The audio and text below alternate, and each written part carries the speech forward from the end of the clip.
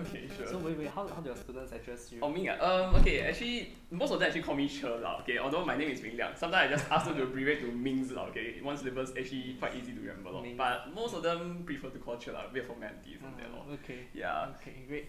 So, welcome to our channel. Hi everyone, I'm Mr. Sebastian Lim from SEP Academy, and we are very honored to have with us Ming Liang today, who is a established math tutor teaching H2 math. So, Ming Liang, tell a little bit more about yourself. Oh, okay. So actually, for me, right, I've been teaching math lah, or actually math in general, right, secondary and JC, right, H1, H2. Actually, since after I graduated from like army, like ORD from army, so it's been a good like almost 6 years already from there. Yeah. So actually, for me, I feel that math, I enjoy teaching math lah because everything is quite clear cut. You have a very systematic way of tackling questions, okay, and then from there, right, it's a subject where your hard work really shows lah. Okay, if you really put in the hours, okay, you will get the results. It's not like subjects and paper, general paper like that, I where see. sometimes things are a bit subjective. Okay, sometimes even though you know you read out different things, because the way they phrase the question, the way you give the answer, then depending on how the markers interpret it, there might be some discrepancy in what you expect. Seems like we can like map out a way where we can actually score and excel in Yes. mathematics.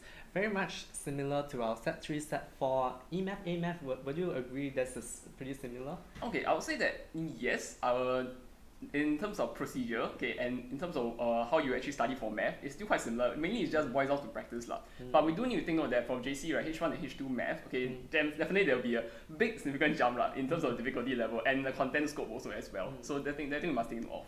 Okay, maybe like since it's like vastly different, can you tell us probably a percentage so our viewers can understand how different is the content? Okay, so for this one here, okay, it's quite a big question, so I'll just break it down into a few things first. Firstly, we need to understand that for H1, H2 math, right, there's two different themes involved here. So for both of them, there is pure math, okay, pure math topics, and after that, statistics. So statistics will be anything that's related to data analysis. Okay, for pure math, right, okay, I'll start with H1 first. H1 pure math topics, generally, they are almost the same difficulty level as your A math. Okay, but in terms of scope, right, it's actually lesser because it's only around 5 chapters worth.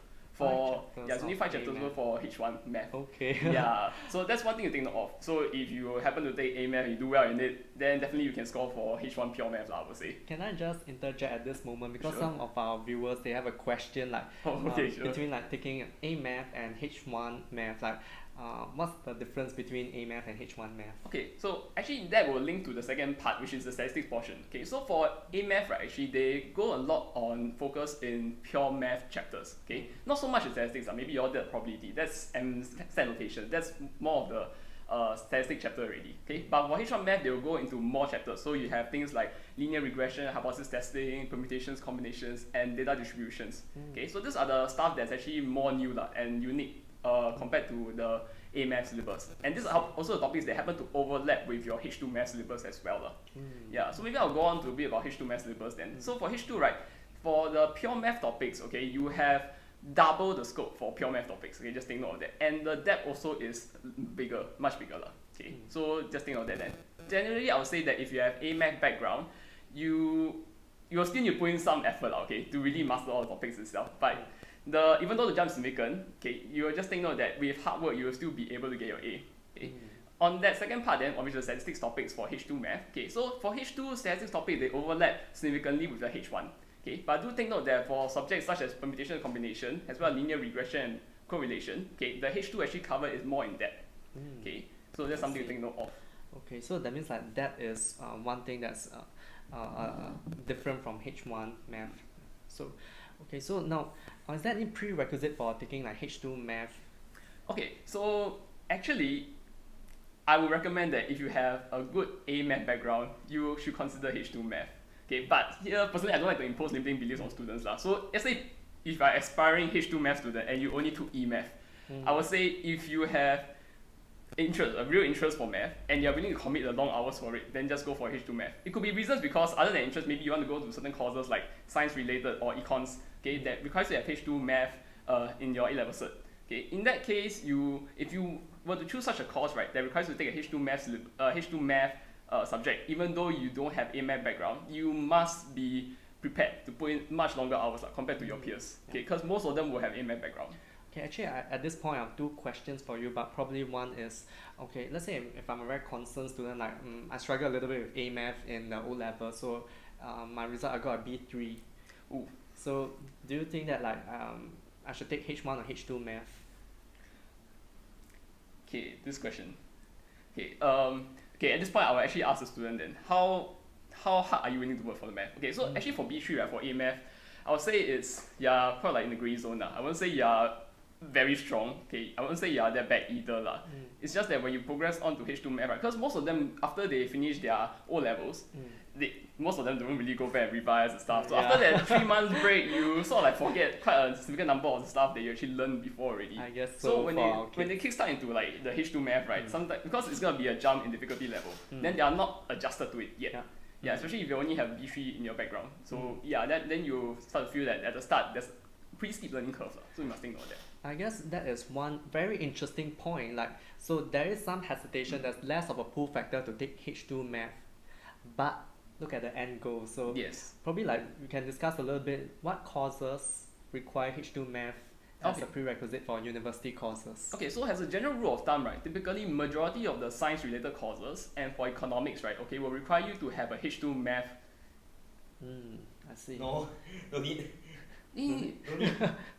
no, econs need H2 Don't math. need. Don't need. No, I saw on their website. No need. No need. No need. I H1 math I also can take. For econs, is it? Yeah, only if you go UK then you need. Or for Singapore don't need econs at all. don't need like econs. Singapore don't need at all. Okay. Then Singapore we'll can't recheck that really again. Science Okay. also don't need. No, actually most. Not a lot. No. Huh? Only Okay. engineering need. Engineering. Actuarial science. Okay. Uh, The only one I saw that don't need right was biomedical applied math only. and biochemistry. Applied math. I'm not sure about Applied that. science only. Yeah, like all the bio related stuff, biomedical, biochem. Actually, it's those that don't mostly need. it's mostly engineering. Just that say would need- engineering. Just say engineering. Actuarial courses. science. Or more Yeah. mathematical focus. Yeah. Okay. courses. But Let me I say that rephrase it's not it's a prerequisite for these subjects, but it forms the foundation of econs or Okay, Yeah. I think that's a better way to phrase it. Okay, we probably rewind that again. Okay. So that was a very good question raised about, whether it's taking math at O level, like, okay, maybe just remember, what was the previous question on B3, right? B3. Yeah, so, B3 correct. So you answered that already, right? So, Yeah, okay, I answered need to it. answer. Yeah, it. Okay, so that's a very interesting insight. So it's not about what we start, but actually the question that begs us to answer is how do we end? So taking H2 math, which university courses require H2 math as a prerequisite? Okay, so for H2 math, right, okay, if you are considering to take engineering courses, okay, or any math related courses or any other thing that involves data analysis, okay, all this will actually require you to have H2 math background. Okay, however, although for other subjects such as your econs, okay, even though they don't require you to have H2 math as a prerequisite, this H2 math topics, right, will still form a core foundation for these modules itself. Okay, so it's important that if you are considering to go for this courses, okay, so in general anything close to science related or econs, okay, you should consider taking H2 math. I see. Well, so I guess this is also one of the most popular courses, like for both the arts and science streams as well. So like a lot of students, they will take like PCME, physics, chem, math and econs, or BCME, bio, math, chem, econs, as well as some of the art streams as well. So it's really popular. So share with us some tips. How do you excel, like for example in H2 math?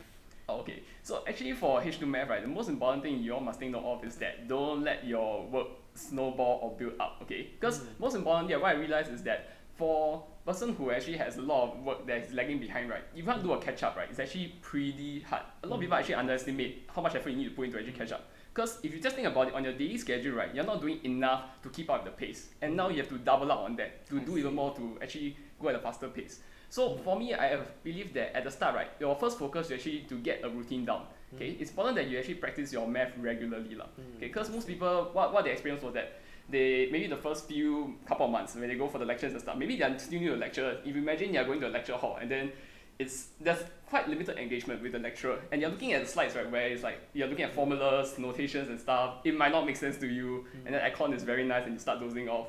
So a lot of people actually things start to accumulate. So after every lecture, you should need to make sure that you are up to pace with what they covered. Because if not, you will gradually start to lag behind, and this, before you know, you actually accumulate to a large amount. Seems like the review as well as practice to understand the concepts is very important. So actually it brings forth another question that I have. Like, so is it something like A math, when we understand that, oh, you have to do algebra, linear algebra, you understand about quadratics first before we progress into further math, like for example a little bit more complex, for example like binomial. And we upgrade to factor theorem and remainder theorem. So is there such a progression in H2 math you see? Okay, so for H2 math, right, generally for pure math, yes, there is this progression also as well. For statistics also they do have, it's just that these two themes of math actually they don't coincide with each other. Okay, so for the pure math, right, generally the first few topics will always be your most important now, because after that whatever that they do, we build on your understanding of graphs and functions. Okay, so these are quite the few core topics to take note of. Okay, for statistics wise, right, okay, what you need to be the most important thing you need to take note of is the distributions first. So for your binomial and normal distributions, right, okay, you all might not be familiar with it now, but when you learn about it, please take a special note of it, because the subsequent topics, right, which is your hypothesis testing, will be linked to these distributions itself. I see. And something that just was on the back of my mind is for our Set 3s and Set 4s taking H2 math is, oh, you have to buy a new graphic calculator. So is it really very complicated? Like, is it very tough to like learn how to manipulate some of the functions, because it looks really tough for those who do not know how to operate it? So okay, to be honest, for a first time user, I remember the first time I got the calculator, okay, I felt it was a hassle, because compared to a scientific calculator, there's more buttons, there's more functions, okay, so for certain things you might realize that, okay, I need to do a lot more steps to actually get some computations done. But in the long run, right, you realize that because of the myriad of functions that it has, okay, it will be very, very important for you to actually know how to use your graphic calculator efficiently, okay, because a lot of the questions involved in H2 math, right, require the use of graphic calculator, okay, and that will really save you a lot of time and hassle down the long run. is there any hacks in the calculator, like are we able to like store equations where we can recall it? Okay, actually, yes, there is such a function, okay, although typically we don't have to use that most of the time. I would say that for graphic calculator, you all don't have to worry too much about it, because the schools will actually go through detail how to use the calculator. But let's say today, if you really encounter any problems, right, you could easily just search it out on YouTube, like if you want to do a certain function and you don't know what the buttons to press. Okay, because YouTube actually has, like, for the calculator different models, right, they actually has detailed tutorials on how to use them. I see. Yeah. Well, that's really interesting, and so I guess this applies for statistics as well, so Yes. it makes everything easier.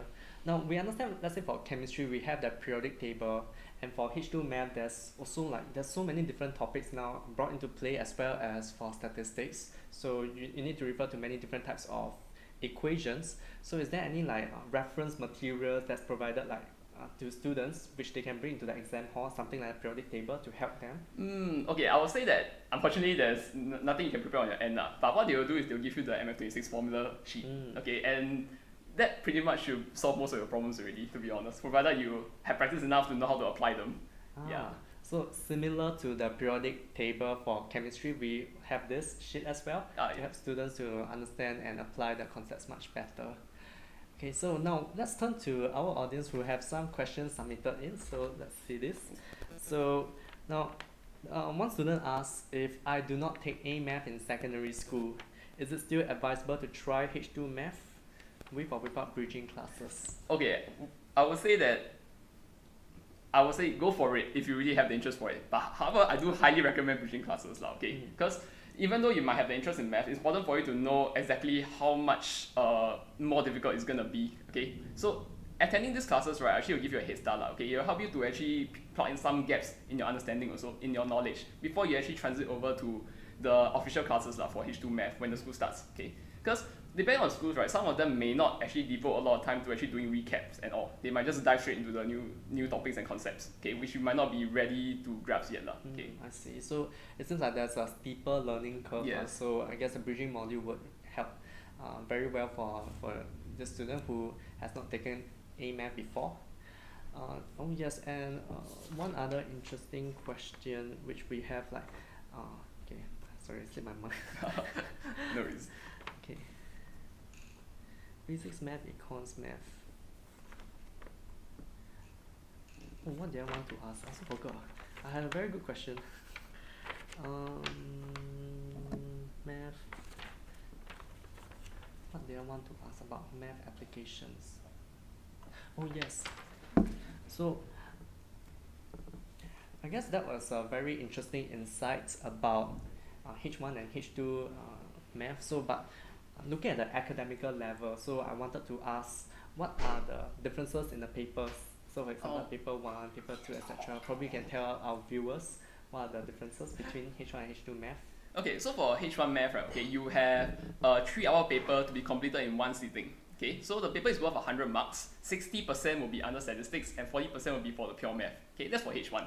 For H2, you have double the workload. Okay, so it'll be 2 3-hour papers. Okay, but obviously it's not all at one shot. Like it's 2 separate sittings. Okay, the first paper, right, will be purely all on pure math. Okay, 100% on pure math.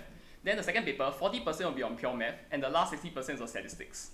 Okay, so one thing to take note of is that generally, like for most of my students, right, I realize that they find statistics easier, and the pure math to be slightly harder. Okay, so I would say that for H1 math, statistics forms a much larger portion, okay, of the whole paper. Whereas for the H2 math, your pure math topics form a much greater portion of your entire paper. Yeah, so something to take note of. Okay, and probably one question for our viewers is, which do you think is the topic that they should watch out for H2 math to score their A? Oh, okay. So probably like, is it because I heard of some students, they were saying that some of the vectors was pretty difficult, but they were very thankful that a portion of it was taken up from the 2020 A-level syllabus. Okay, I will say that, okay, vectors is one of those topics which, because it's very large, okay, and very the scope is very large and then it goes very in depth. Okay, that's why they will actually test quite a significant amount of the questions, right, on vectors itself. Okay, another one to take note of is probably your calculus, okay, differential equations. Okay, those that involve your differentiation and integration all lumped together. So those kind of questions will also be quite significant because of the breadth of the topics itself, which spans across the entire calculus. Seems like it is actually a good decision for those who did not throw away your A math notes from your O level. But if you have done such a thing, but don't worry, because we have excellent math tutors around who are here with a lot of passion, knowledge and drive to help you to succeed. So thank you so much, Ming Liang, for your time with us. Sure, no problem. And we look forward to second session if we have to answer some of the questions from students and parents about how to help your child choose subject combi. Thank you.